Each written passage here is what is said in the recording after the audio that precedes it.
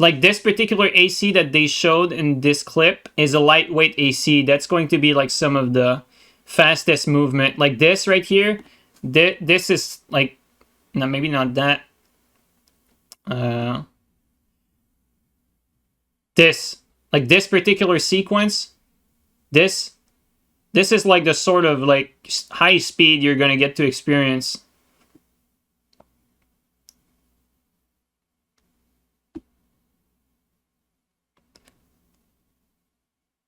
But this is not like all like fast like this. Like we get another sequence here with the quad, I believe. Like this sequence here, like see like how this is much slower pace right here. Like you just hover while shooting. This is like one of the characteristic of like quad legs. They're very good at hovering in the air, and so you have air superiority, which gives you the advantage. You can shut down your boosters while going sideways, and you can go down fairly quickly while going sideways. So this is another like characteristic that fighting like that airborne fighting gives you. But yeah, like you're seeing, there's really different types of gameplay and speed. Like this is the same game, but this is how like the parts will affect your gameplay directly. Like just look at the difference in speed and action. This is like a pulse shotgun of some sort, like a kick afterward, and then you get the slow tank, and then compare that to like the slower like airborne fight that the quad gives you. You know, two different playstyles, two different ACs, two different ways of playing the game. Cool stuff though. I think we've gone over pretty much everything at this point. You know, not bad. We watched 2 vid, made 3 hours of breakdown just from 2 vids and 1 article. Well, guys, if you have questions, I'm going to play this in slow motion in the background while trying to read what you guys want to ask. So before we end, I'll just take in like whatever questions you guys have, and we're going to end the stream afterward. Were there team battles in previous games, and did you enjoy them? Yes, there were team battles in especially the last Armored Core games. There was also team battles in other Armored Core games, but Armored Core Verdict Day, the last one that came out 10 years ago, there was team battles, and it was the most fun aspect of Armored Core, I believe. It was team battles, clan battles even. It was clan battles, and it was very focused on communication and team chemistry, team play. All these cool stuff that make actually like very competitive games good. Like good synergy between your team was key for sure. How many shotguns can you fire at the same time? 2, I believe. Been a great stream. Yeah, that was good, man. Lots of cool info, lots of cool stuff, honestly. I hope there's not something like the Moonveil Rob that everyone will use in PvP. The customization looks amazing. Actually, there might be at launch. When Armored Core 5 came out, there was a cookie cutter build that was kind of like better than almost everything. And it was like some heavy reverse leg with 2 Gatling guns. Like the DPS was just so strong that it was pretty overwhelming. But they quickly patched that. So it didn't take too long for them to patch it. And there was much more variety after that. Like after that, you had like all kinds of ACs and various counterplays. And the meta was very, very broad for like afterward. It was quite fun. Like only good things to say about it, honestly. But yeah, while we finish this trailer in slow motion, feel free to ask me anything. You really like those trailers? Yeah, me too, man.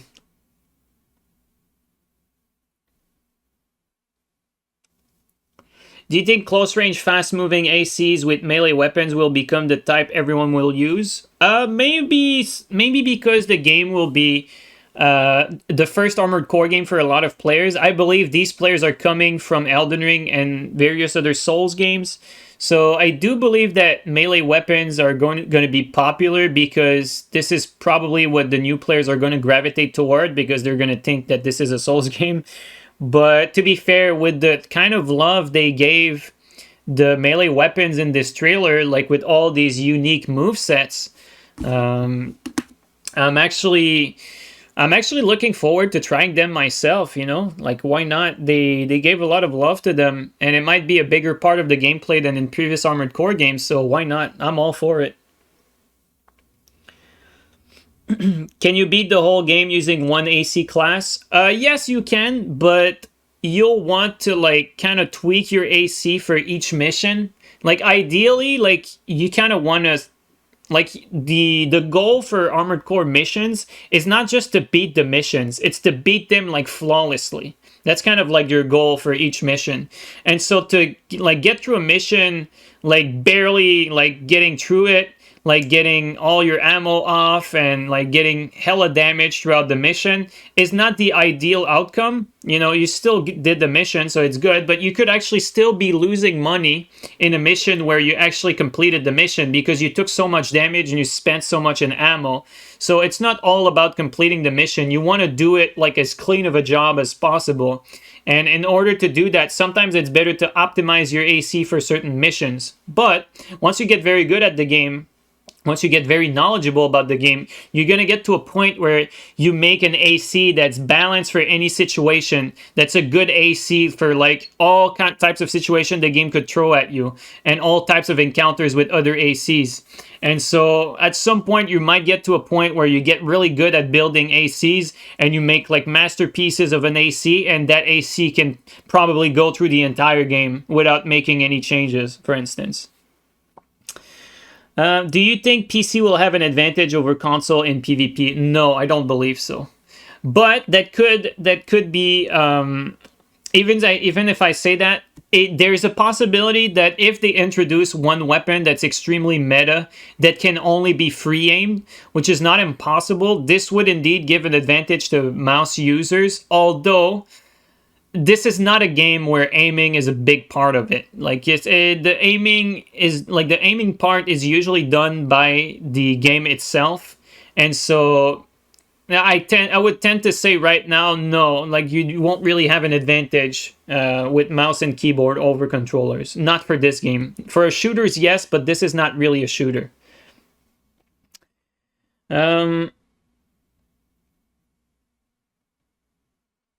Elden Ring players spam projectiles on lock-on, so I'm not sure about newbies playing at low range. That's true, yeah. Do you suggest to play other Armored Core games? First time I'll play these kinds of games. Actually, no. This might actually surprise, and this might even surprise veterans, but I genuinely think that you'll have the best experience playing this Armored Core as opposed to playing an older one. I think playing an older Armored Core at this point would not even do justice to the Armored Core franchise. I believe, like, I personally envy newcomers that are going to get to experience this type of Armored Core game as their first Armored Core game, because it looks so much better on every level than other Armored Core games that have been made previously. And so I would actually say no, I don't think I would play another Armored Core game in preparation for this. I genuinely think that you're going to be better off enjoying this one as your first one because it looks better than the previous ones, and it looks like it's going to have plenty of new mechanics and love to details that the other ones didn't have. And also the budget is much, much higher for this one. So no, I don't think I would consider playing like older ones in preparation for this as opposed to popular belief, yeah. With a confirmed deadline for Armored Core 6, do you think we may get more news on Elden Ring? I don't really care. The problem is more running out of ammo. Like fighting multiple people? Yeah, sometimes. Is it more of a movement game? Yeah, movement is the core aspect. Controlling the angles, controlling the movement. That's really what like makes a player better than another one. Like, it's all about control over your mech, so yeah. Yeah, honestly, mouse would not be that good either because it's limited by turn speed. Yeah, pretty much. But, you know, precision of a mouse is still unmatched on a controller, so always keep that in mind. With that being said, though, as a controller player myself, and as someone who's really good at aiming with a controller, you know, I'm actually, like, I love saying that every stream. I used to be a Rainbow Six Vegas 2 pro player, and I have really good aim. And to bridge that to Armored Core, in Armored Core 5 and Armored Core Verdict Day, there were some weapons where you'd free aim with them, and I was actually very good at free aiming with those weapons, even with the crazy movement that Armored Core had to offer. So it's not like you will need a mouse to free aim either, like if you want to go into free aim weapons. So, you know, don't think that you're going to be at a massive disadvantage against like people that play with mouse and keyboard. This is just not the game that favors like mouse and keyboard. That's just not it. How many slots for multiplayers were in previous Armored Core games? Okay, so in previous Armored Core games, the bulk of the game was played in 4 versus 4. I think this was pretty much the case for Armored Core 4, For Answer 5, and Verdict Day, I believe. There was a 5th slot for each side for an operator, but like the operator was basically someone that overlooked the battlefield from like a bird's eye view, and like basically just gave like communication feedback to the team. They could not technically play. So I would say it's always been 4v4 at max, and they have not really given us any information about that. I would tend to think that there's no reason really to get that higher. I don't think these games necessarily need a 5v5 or more. It's just not those types of games. Like, these are the type of games that are amazing played 1v1, 2v2s, and 4v4. So yeah, as far as player count is concerned, no worries on my side. I'm fairly confident.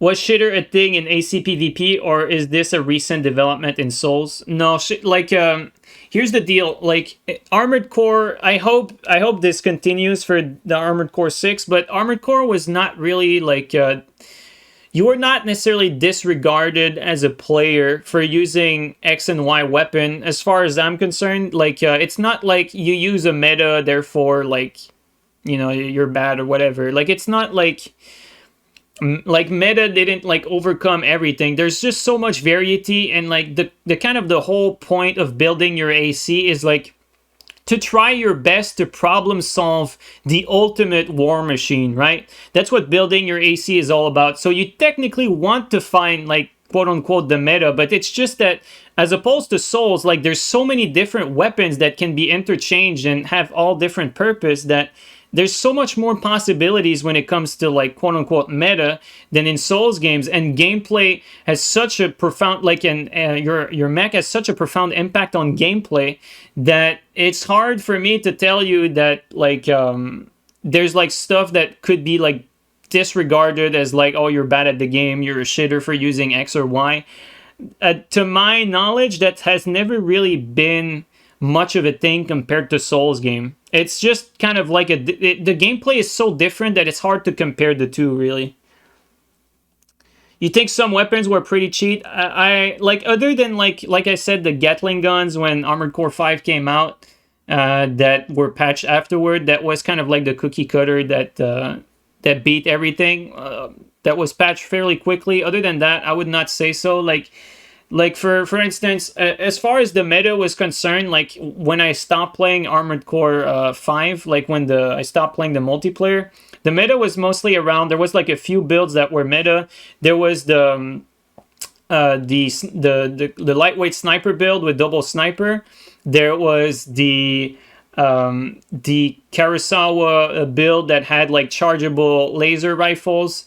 That could be on any type of like bipedal or even quad legs. And there was also double Gatling tanks. There was like the quick pulse, double pulse cannon. There was a double battle rifle on like bipedal.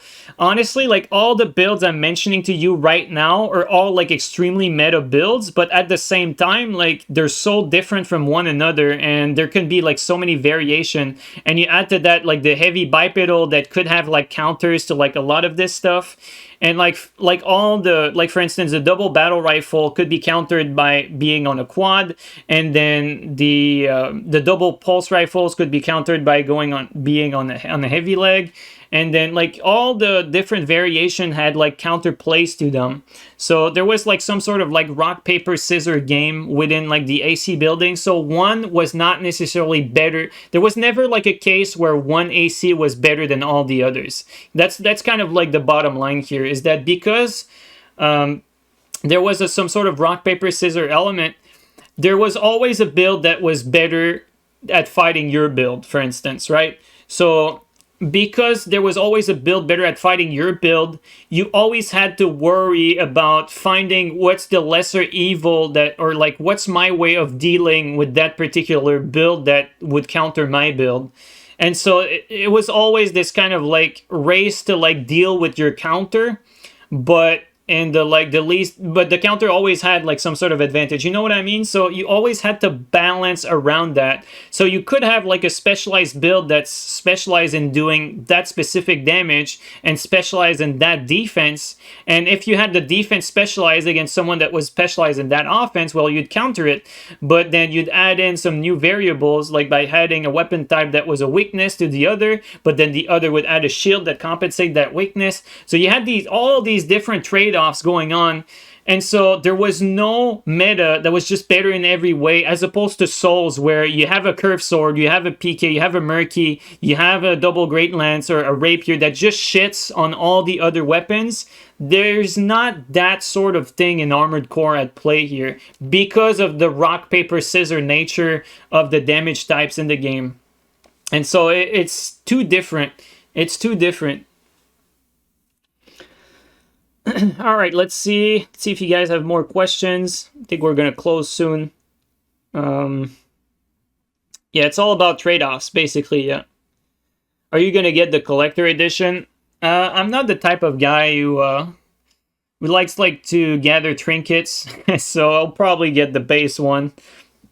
But I will pre-order it because I know I'm gonna play it, and I don't mind having From Software and Bandai secure my money, even though pre-ordering is usually a bad practice for consumers. I still like to encourage studios that give me what I want, and so even if I can critique Elden Ring all day long, I can also praise Armored Core games that I've played in the past all day long as well. So I'm encouraging this Armored Core game in particular, so I will be pre-ordering that game. Is omnidirectional dashing activated once you are airborne? No, you can dash on the ground and airborne for sure. What were some of your favorite builds in other Armored Core games? I would say my favorite build in any Armored Core game was the lightweight sniper build with pop shots. That's probably my favorite build. But I like a lot of builds. You know, there's a lot to choose from. Do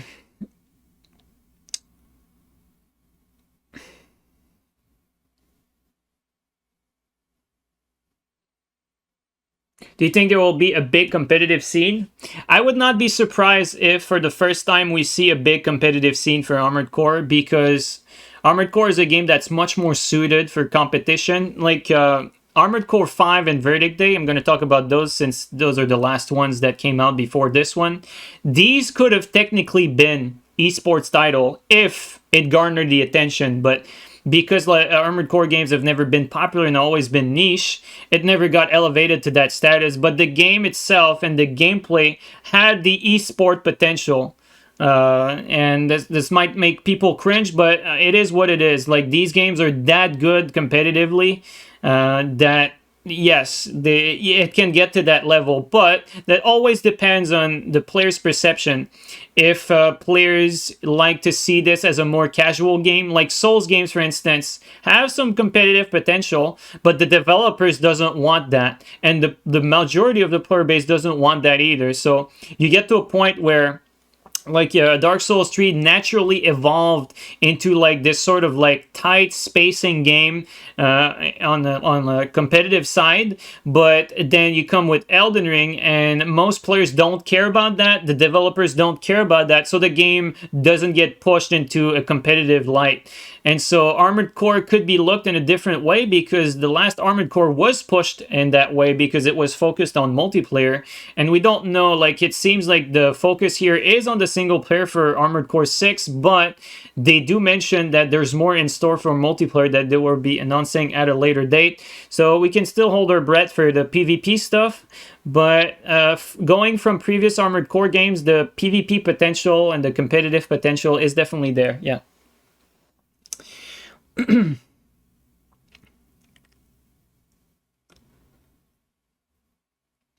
All right, well, if that's it, I think we're going to end it here.